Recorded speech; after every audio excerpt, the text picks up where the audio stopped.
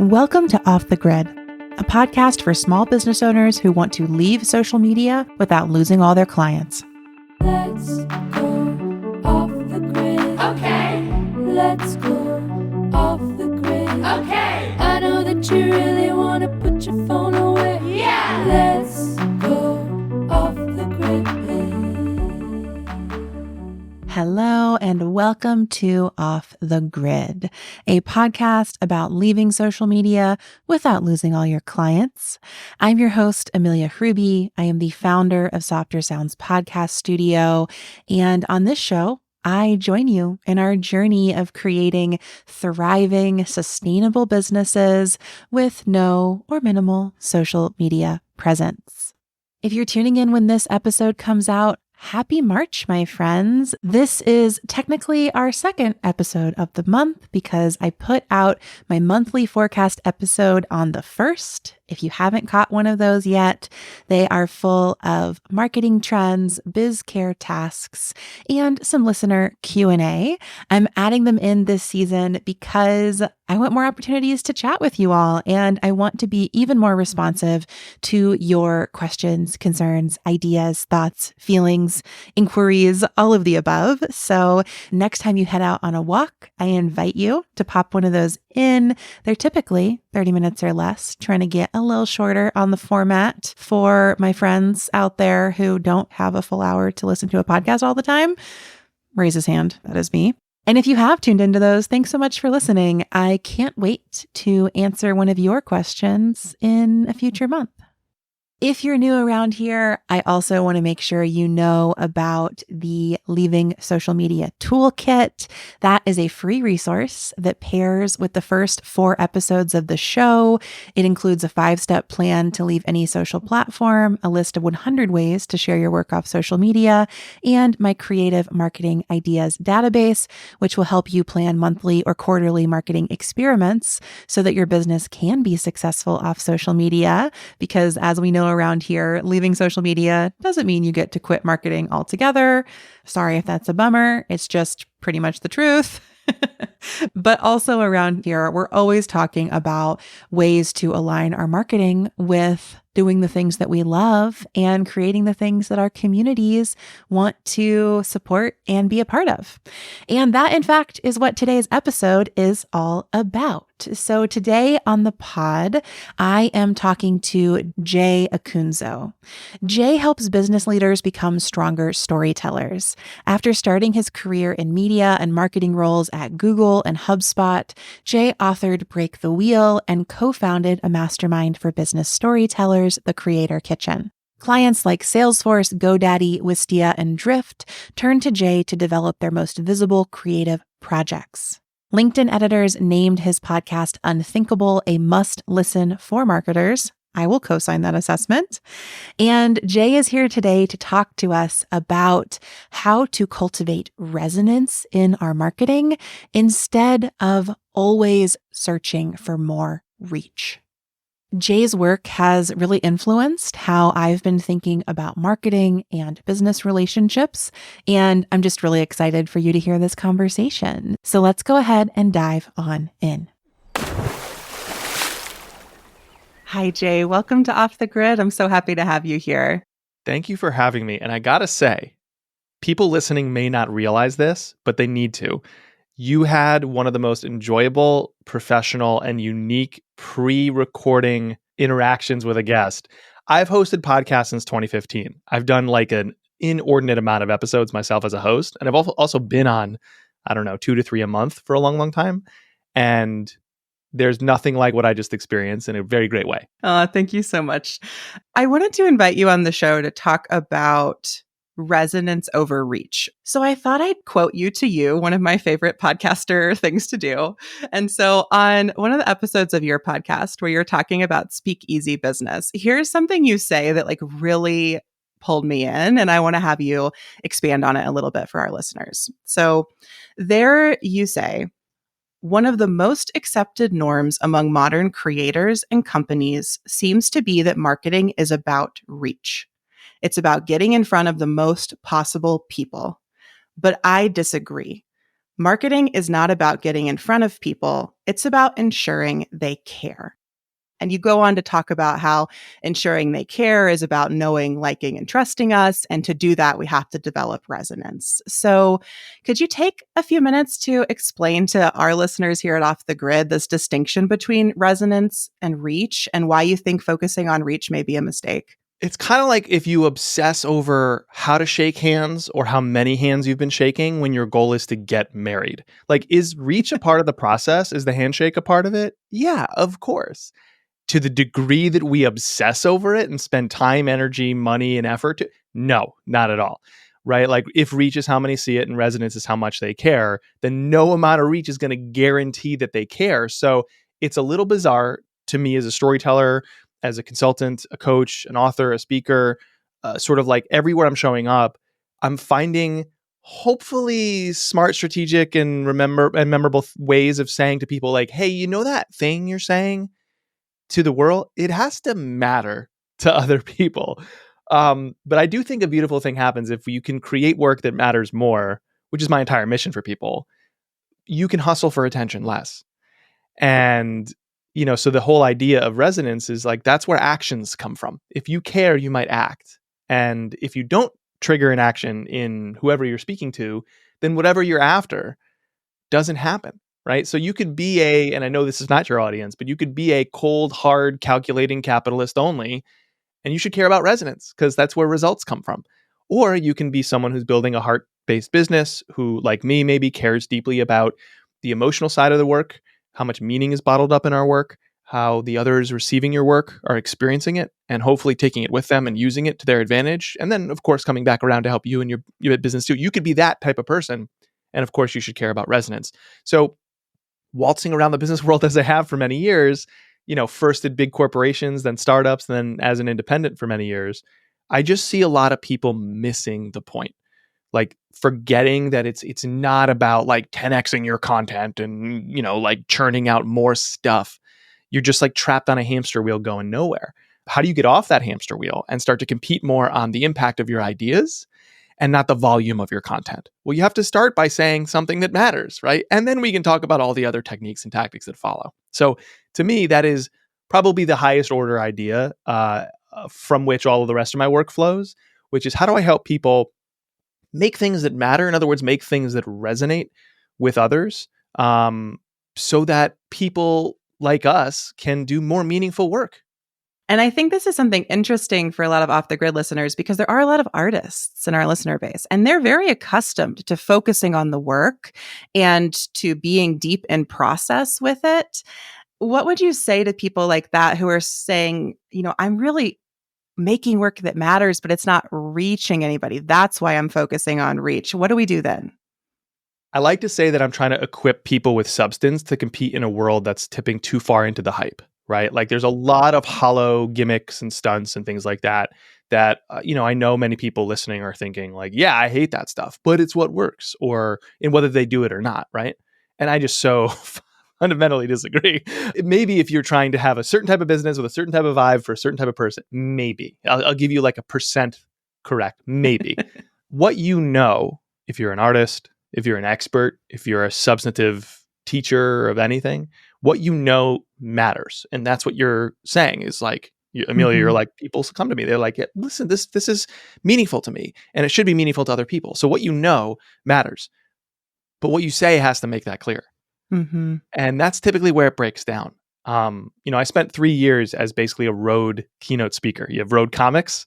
I was a road speaker, not famous, but earning a healthy living being on the road as a paid public speaker. And one of the very many things I've been taught as a speaker or that I learned is that, you're in the how to think business. There's some how-tos wrapped up in it, but a keynote to the whole audience is the how to think speech. And to shift someone's perspective and to deliver something overly memorable like that, deeply resonant like that, you have to go out and meet people where they're at. And I don't see people mastering that ability. Like, when you are a writer or an author, as I am, and you think about an idea like resonance, you do weird stuff. Like I looked at the science of resonance. What does this mean? We keep saying this word resonate. Everyone's hopefully nodding like, yeah, I want my work to resonate. What do we mean when we say resonance? Well, if you look at the sciences, just suspend our work for a moment, go down this weird rabbit hole with me for a bit. In the sciences, it's about frequencies, right? Like think about wave like sound or energy. Even pushing my daughter on a swing, for example. If I can match her frequency with my own, I amplify her. I'm literally imparting an energy by matching that swing. So when one frequency matches another, they're called resonant. It begins with alignment.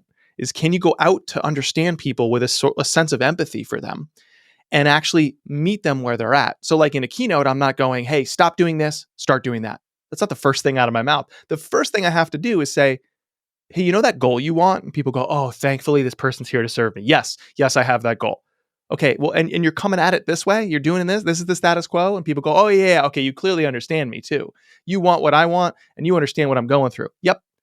Okay, here's some problems with that now. People go, oh, no. What do I do instead? Well, here's this change, and here's the story to illustrate it, and here's the methodology to execute it. There's this wonderful craft to conveying your ideas from a stage or in any place you show up. But if you want to resonate, it really begins with this place of alignment, which then leads to them feeling amplified. Like we've all experienced that. You kind of go, yes, this, like, or I feel seen, or oh my gosh, this is so for me. So I define resonance as the urge to act that people feel when our message or a moment with us aligns so closely with them that they feel amplified, right? Their thoughts, their emotions, even their abilities feel amplified. So you can't control whether or not they act, but you can control that like energy being imparted with the way you're showing up. In other words, what you're saying to convey what you know can instill that energy in people so they take an action. If you want people to act, they first have to feel moved to act, right? That's why I love storytelling. That's why I love podcasts. That's why I love all these things that feel like my home and creativity. It's because those are the vehicles to impart this energy. So, yes, it's great that you, an artist or you, an entrepreneur, are doing something that you feel is very substantive and should matter. You have to use the language at your disposal to make that clear to others. You have to start by aligning with them. Yeah, I love this emphasis on beginning with alignment. And I think that's something I see a lot in these sorts of intuitive small business spaces that I occupy is a focus on alignment within ourselves in order to start and run our businesses. And I think that that's important, but it Mm-hmm. can get us a little caught in our I guess I want to say like a little high on our own supply. And we forget that piece of like, I'm not doing all of this simply for myself. If I want to make money in a business, I need to be out there aligning with others and providing for and serving other people and creating that like amplification. And that's what allows the message to spread, the wisdom to grow, and like we get moving together. I keep thinking about that metaphor you use of like, or not literally, not a metaphor, a literal example of resonance of pushing your daughter on a swing. Like we have to do the push. We can't just both walk up to the swing and like be there. Right. And you can't say you can't do it your way either. Like this is about eating some humble pie here, where I know as a communicator, wherever I show up, be it a podcast, a newsletter, a speech, anywhere, this type of experience, I want to get people somewhere, but I can't just leap there. And it's really tempting when we are high on our own supply, as you said, when we know where we want others to go, we want them to see it that way. We want them to understand our solution or our art or our offer. It's really tempting to say, okay, well, they need to hit every alphabet letter along the way, A through Z. But the way we communicate is like A, B, LMNOP, XYZ, because we're so eager or we're so well versed in it, right? It's really difficult. It's kind of excruciating actually to know how far out we have to move from what we already understand to align with other people. We leap too far ahead and we have to go back to where they're at and hit every beat along the way to get them to where we want them to go. It's hard. It's very hard is what I'm saying. What I'm hearing and what you're saying too is so many of us are taught that we need to sell the transformation that we're going to offer to our clients, which I think is true, but we lose the journey along the way. We just want to be like, you're here and I'll get you there. And either we like pepper in all of these like random steps that will get them there without actually taking them step by step, or we just skip it all together and we're just selling the transformation. And that doesn't work either. And it works a little bit better, I think, if you're starting with someone who's novice and new and maybe naive, where like your content might look like tips and tricks are us, right? Like basic how-tos and 101 level advice, maybe even sensationalized hacks and cheats, because you're like, you want this giant transformation, but you haven't started yet. Once somebody starts, they kind of realize, oh, I need something a little nuanced here, or maybe very nuanced here. I need something much more personalized. I'm not buying into all the hacks and cheats and stuff we see on social media. The thing we're here to talk about leaving behind a little bit more, right? Like I'm a little bit more savvy, even if I just started but have some experience. All of these gurus and the hype around social starts to fall away because you're like, oh, that's not actually it. Like they keep promising me I can earn six figures in the first year. I had someone DM me. These are like digital gnats. I like swat them away. They're like, it was a consultant who promised, he said, I can help grow your newsletter from 0 to 100K subscribers in 6 months. And I look under the hood at this individual and I'm like, what is this person really doing here? Like in their social feed, they just quoted like all the big name broy entrepreneurs you'd expect as like quotes about success.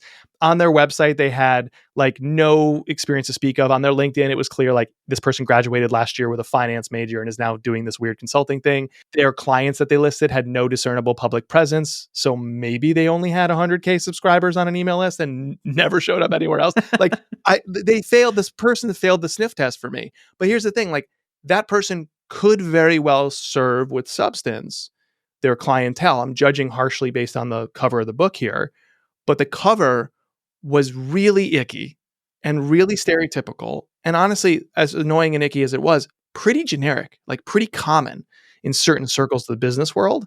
So this person was trying so hard to stand out that they actually ended up blending in.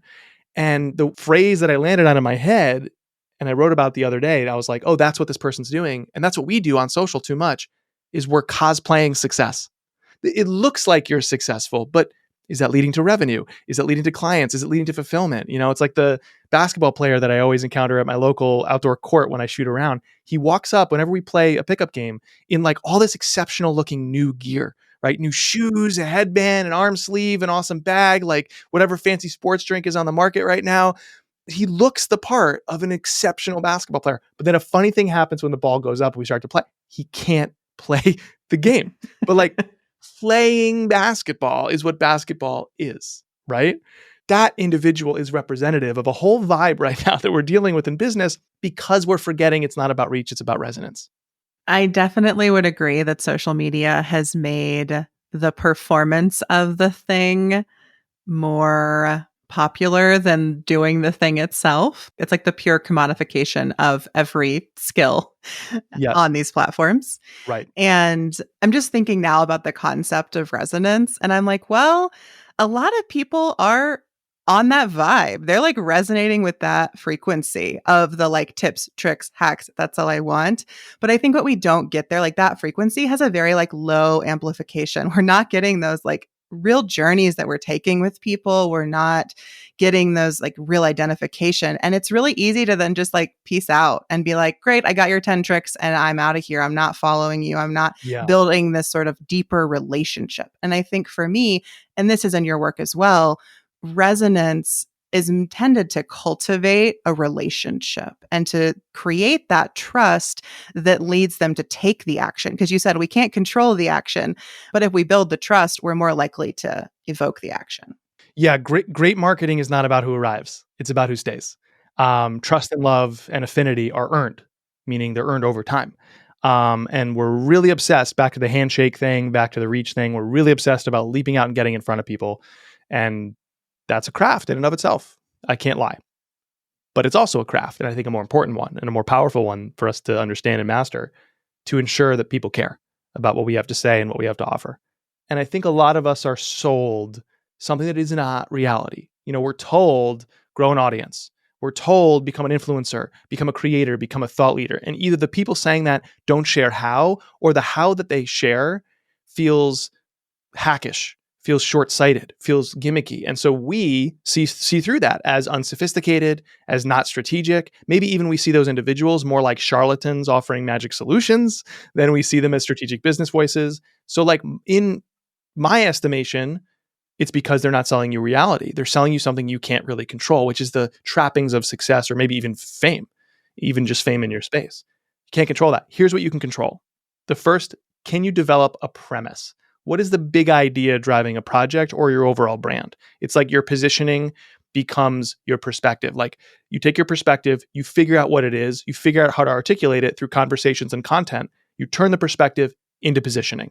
That's a premise. Podcasts, great podcasts, have premises.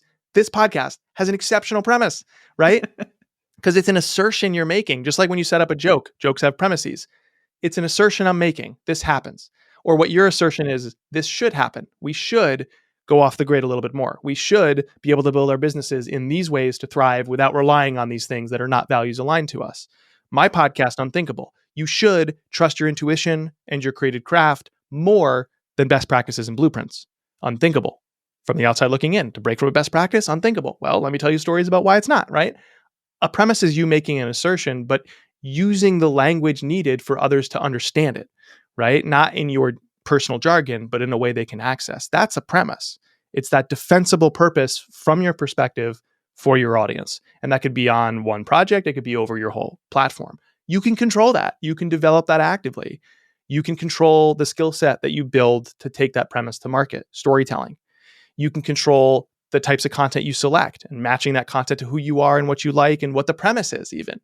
I do a lot of weird things in my podcast, not to rebel against the standard episode format, but because every episode is like an argument for my premise. So I'm using the premise to inform things like the episode structuring and editing, and even the idea generation and the guests I select and the questions I ask. Those are the things we control. The output. So you get premise, storytelling, and content. The output of those three things is you resonate. The output of those three things is you might have influence in the right domain or the right area among the right people. Those are the things that everyone is selling you. Like, I can guarantee it. No, you can't. So again, I'm an idealist, but I'm also trying to trade in reality on behalf of my clients. Hi, friends. Amelia here, interrupting this wonderful conversation with Jay to share a message from one of our pod sponsors and a personal biz friend of mine, Chelsea Tams of Lettering Works. Chelsea has a few questions for you. Do you have big dreams for your business? Do you want it to reflect your creativity, talent, and passion? Are you hoping that people can feel the love and intentionality behind the work you do as soon as they land on your website? If you answered yes to any of these questions, then I'm guessing you would love a custom brand created by Lettering Works. Lettering Works is Chelsea's design studio that provides tailor-made branding solutions to support your success. When you create a brand with Lettering Works, Chelsea will take the stress of design work off your hands so you can stay focused on your own craft. She'll meet you where you're at to develop the best solutions for your unique needs and create a strong brand that will attract your ideal clients for years and years to come. I've worked with Chelsea on quite a few projects over the years, and I'm always so impressed by her polished services, her creative collaborations, and just what a joy she is to work with. Head to letteringworks.com/branding or the link in the show notes to learn more. Another concept from your work that really was impactful for me, that resonated so much, was your sort of description of the commodity cage and the field of favorites. Because I think for listeners here, they've probably identified many of these sorts of charlatans that we know. And they're not out there saying like, I can 10x this, I can do that. But what I see a lot of off the grid listeners do is be generally informational, which is kind of one of the ultimate sin is a little strong for language, but does feel like one of the things that you're really trying to get people to stop doing by cultivating a premise, by moving beyond these sorts of, in my opinion, just like basic SEO seeking content in order to develop something more personal and insightful. So could you speak a little bit to that slogan you have, don't be the best, be their favorite, or don't be forgettable, be their favorite? Yeah. I love to say that to people. Don't be the best, be their favorite. So let's play a little thought exercise here. What would you say is the best Disney film of all time? And if you're listening, answer in your head. But for you, Amelia, what's the best Disney film of all time? I'm going to say Mulan. Okay, so thank you for the participation, but you are wrong. There is actually one objectively correct answer, and I'm going to share it with you now. It's a Goofy movie. And that's because if you know, it's Powerline, the pop star in the film, who's like legitimately amazing, and I still want the album. Please give me the Powerline album from a Goofy movie. All right, so this is a ridiculous thing to ask anybody, like what's the best Disney film of all time? Because we actually can't say, right? That's an objective way of seeing the world. I'm saying the best. You're saying one movie, your listeners are saying several different movies. I'm saying, no, you're all wrong. It's this one. It's fun, but it's silly, right? Mm-hmm. But here's the thing that's revealing with that question, and why I love asking it everywhere I go with people, is something very telling about our work happens when I ask people that. What's the best? They don't answer it. I asked you, what's the best? You didn't answer that.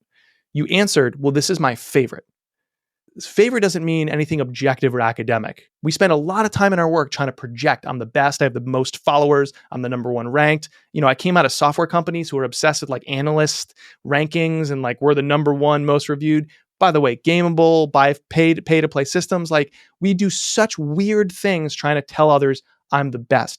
That's not how we make decisions. Like we're not objective, we're subjective creatures. We're emotional. And then we rationalize why we made a choice later.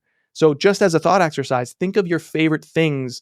If you're listening on a walk or in your home or in the car, think of your favorite things right around here, right around you now, or that you experienced throughout the day. Maybe you're wearing a shirt that's your favorite. Like my favorite shirt is not objectively the best shirt that exists or even that I own, right? But it feels irreplaceable to me. Mm-hmm.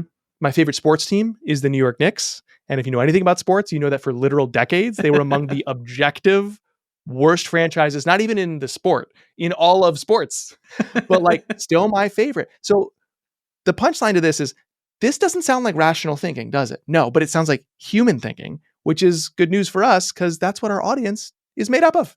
And so we shouldn't try to be the best. We should try to be their favorite. And I'm happy to get into what you hinted at, which is the commodity cage being the issue. But I just think this is one of the biggest realizations we can have as experts, as entrepreneurs, as marketers, as people trying to lead a community, is what we are in the business of doing fundamentally is not projecting anything objective or academic to other people so they pick us and stick with us. No, we want to be the object of this emotional, almost irrational bias in our favor against the odds so that the biggest comes along or the most famous comes along. And you don't worry about that because you're like, well, I don't have to be the biggest or the best to compete. I have to be their favorite, their personal or preferred pick for a specific purpose. And to me, that's so much about relationships again. It's like, especially within the realm of podcasting, it's like what I'm cultivating there is this sense of I want my listeners to feel close to me. I want the episodes to be unmissable. I want this to be their favorite show. Right. There are certainly people with more marketing experience than me making podcasts like this, who've worked for longer, who are quote unquote better at every stage of the journey. But it doesn't matter because off the grid listeners don't want to go listen to them. They've listened to those shows. Yeah. But they're here because it's their favorite. Thanks, listeners. I'm grateful. Yeah. Yeah. In other words, what you're able to do in a great way is compete on the impact of your ideas, not the volume of your content, not the posturing, the size of who your business professes to be or who you profess to be or all these things. You said something interesting a little while ago, which is like, there are some people out there who seem to be resonating using all these tactics that many of us dislike. I'm not here to convince them otherwise. I'm here to show people that there is a different way. Because what you're seeing is all that junk that we really actively dislike or abhor. And you're like, but it's what works. But what else is there? But like, my job is to help people see a different path and then walk it and do it in their own way, not be like, here's my simple system for this, right? Like that's why I coach and consult and give speeches and all these things that feel like high ticket services, not a simple course that like has 7 prompts and 7 videos and you're allegedly fixed, right? I don't believe in that. So it's a long way of saying like, yeah, sure. Some people are resonating with tactics we don't like, but there is a different way. But it's going to cause us to have to rethink some things. Like, where does the power of your idea come from, right? Like how you want to have an impact. What makes something high impact? I think there's only 2 things. So picture like a 2x2 matrix, right? There's 2 dimensions to this. The value of your ideas to other people and the originality of your ideas to you. That's what causes something to have an impact. And I think it's directly proportional. So just taking value really quickly, a lot of us are stuck doing low value things that feel like we're sharing informational content. Like, what is AI? The backstory of Anthony Bourdain. I even saw somebody today say, just go curate a bunch of ideas from other experts and don't even add your own take. Just make that a blog post. Low value stuff. Higher value than informational content is instructional, right? How-tos, that kind of stuff.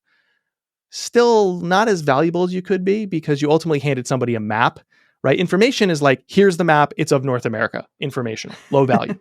There's some value, but you're beyond it pretty quickly. The instructional stuff, which is kind of where we get stuck, especially if we're like an expert-based business or thinker, that's the stuff that looks like drawing a red line to an X on the map. So useful, but you really haven't equipped your audience to navigate any obstacles, right? You haven't really truly empowered them because a tree is going to fall on that path that you didn't anticipate, or you didn't know that, they walk with a limp or something like that. There's stuff about their situation you cannot anticipate. So you gave them generalized advice and they won't know what to do because you've basically turned them into a direction follower. But much more valuable to them than following directions is knowing how to navigate, right? Being a navigator, like knowing how to use a compass is much more useful and valuable than knowing how to follow directions on a map. That's what an insight does. So you move from informational to instructional to insightful. That is the most valuable content. And that's not the backstory of Anthony Bourdain. That's like what made Bourdain an exceptional storyteller and what we can borrow from that. Or not the 6 fastest growing brands in this space today. It's why are they growing so fast? That's way, way more valuable to have the insight. Knowing why something works is more useful and valuable than knowing what works. So that's one dimension. And then the other is much simpler to understand, maybe harder to execute, which is your originality. Are you general on one side? Anybody could have said it. I can get it from anyone, and I guess you're anyone, or personal. In other words, it's from your personal perspective. It's from your life. And the way I like to think about that, given the moment we're living in, is that AI and humans both run on LLMs. You're not going to see me lauding the prompts that people are sharing about how to generate content more quickly through AI. I'm not that guy. But I can appreciate, okay, there's this underpinning technology. It's worth understanding. It's an LLM. It's a large language model. That's the tech. But people have little life moments. And we run on those things. And I think the differentiator between being more original and being general, being a commodity, is, are you willing to pull from those? Are you willing to use little moments in your day, observations you made, memories, people you encounter, conversations you have as fodder for stories, for metaphors, for new insights that you extract? Because that's the stuff no one else can access. So if you combine these two sort of spectra, which is the plural of spectrum, which I love, sounds like a superhero, but the first spectrum being value and the second being originality, if you want something to be more valuable that you share, focus on the insight, make it more insightful. And then if you want something to be more original, focus on your perspective. Is that coming through? And the combination of the two means you're going to have a greater impact.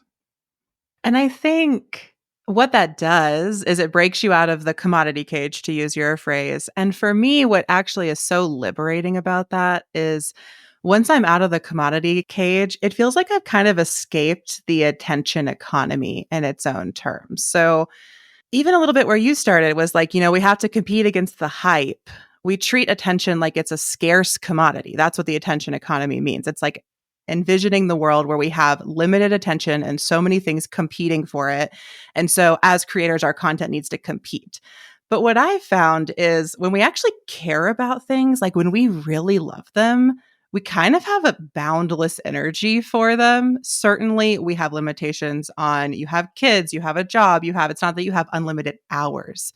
Right. But like the things I love, I can always find like a little bit, like a moment, 30 seconds to listen to the podcast. I can find 3 minutes to put the song on. I like stay up late to watch the next episode of the show I really want. Yeah. And I think that I see so much hype and fear around the attention economy destroying creators. But if we're really in it, I'm not so sure that's true. And so I wanted to wrap by kind of asking your perspective on the attention economy. It's a really great question. I mean, I came out of marketing organizations at software companies mostly. And there's a phrase that a lot of my peers in my old stomping grounds love to cling to, which is that people have shorter and shorter attention spans. Mm-hmm. All due respect to the people doing the hard work of trying to market an organization. No, we do not. We don't have shorter attention spans. We have a lower tolerance for mediocrity. And what's happening here is a lot of the advice and a lot of the technology coming onto the market is making it really easy to be mediocre at scale. And the opposite of that is not to do something stunt-like, is not to press harder on the mediocrity or be more clever or any of these stuff. The opposite of that is to have an idea that you have developed that at once is more insightful and more personal. In other words, it makes it more valuable and more original to you. So you can escape this commodity cage where we're all on the hamster wheel and we're packed in tight and you start running free like I'm the only game in town for this, right? We make time for the things that resonate with us emotionally. So it's this weird, apologies to Alanis Morissette, like a black fly in my Chardonnay, not actually ironic. Ray Yane on my wedding day, not actually ironic. Here's something that is ironic. Most of the people who are aimlessly trying to be known do things that make them harder to know. They come off as generic. They come off as forgettable because they're trying to be visible instead of memorable. But that's the job. The job for us is not to get in front of people. It's to ensure they care, to do something memorable, right? So we who don't want to be on that hamster wheel are far more empowered today than ever before to actually do things that stand out easier and resonate deeper, because it's way, way, way more useful to our cause to stand up in front of an entire waterfall of gray, which is what everyone else is producing, and shine bright in our own colors because we want to and know how, than if we just had a trickle of gray behind us, right? So thank you to the AI. Thank you to the generic hucksters, even the well-meaning experts who are just stuck in that commodity. Thank you to the people willing to or just unknowingly creating mediocrity at scale, because for those of us who don't want to and know how to stand out a little bit more, we stand out a lot more because of what they are producing in the world. And I will just add for Off the Grid listeners that a great way to stand out is to make an unconventional choice and share insights from that. And that's the whole premise of this podcast. What brought this podcast into being is that I made the unconventional choice to leave social media, and then I'm here sharing about it and having a clear perspective. Right. You have expertise, but you're showing up as an explorer, not an expert. And what you're exploring is not a list of generic topics. It's a premise, right? There's this real power in a premise. It's you're making an assertion. I see the world a certain way. The status quo is broken. I want to get to the mountain peak over there. If you agree with my vision for what should be, come with me. I'm hacking through the jungle every episode, right? You have this amazing ability to take a perspective that you have, but turn it into language that then becomes your positioning. So you make something readily apparent when before it was only discovered after spending lots of time with you. And that's really the job of a premise, is to take what would have been discovered with time with you anyway and make it apparent so people encounter it and it immediately resonates, right? It's not just the urge to act, it's this instant urge to act that people feel when they come up against your premise. So thank you for doing the work that you do. And also know that I'm going to be citing this podcast everywhere I go to teach the power of a premise, because this is a perfect example of that. Well, thank you, Jay, for all of your work, which has led me to so many light bulb moments, insights. I mean, just how you've shared today, I feel like you are so clear on the premise of your work and the light bulb concepts and reframes that take us deeper and deeper into it. And so thank you for your time. Thank you for sharing. Is there anything else you would like to tell Off the Grid listeners about, or kind of invite them into your ecosystem? The most important thing to do is immediately, like, if you want to follow me, fantastic. I'm on the internet. You probably have heard of it. It's easy to find. Don't go hiding in my work, right? Go and make something that truly matters to you. It's a paradox. If you want to connect deeper externally, you have to start going deeper internally, right? If it doesn't matter to you, if the emotional stakes of it weren't clear in the story you're telling, then others don't have anything to really connect with. So that's the call to action, if there is one, is go make something that feels like you're being more honest with yourself, because chances are you're going to have a lot more likelihood of resonating deeper with others. Beautiful. Thank you so much, Jay, for your time and for being here. Thanks, listeners, for tuning in. And we will see you all off the grid. Thanks for listening to Off the Grid. Don't forget to grab your free Leaving Social Media toolkit at offthegrid.fun/toolkit. This podcast is a Softer Sounds production. Our music is by Melissa Caitlin Carter of Making Audio Magic, and our logo is by Natelier Studio. I'm your host, Amelia Ruby, and until next time, I'll see you off the grid and on the interweb. Let's go off the grid. Okay. Let's go off the grid. Okay. I know that you really want to put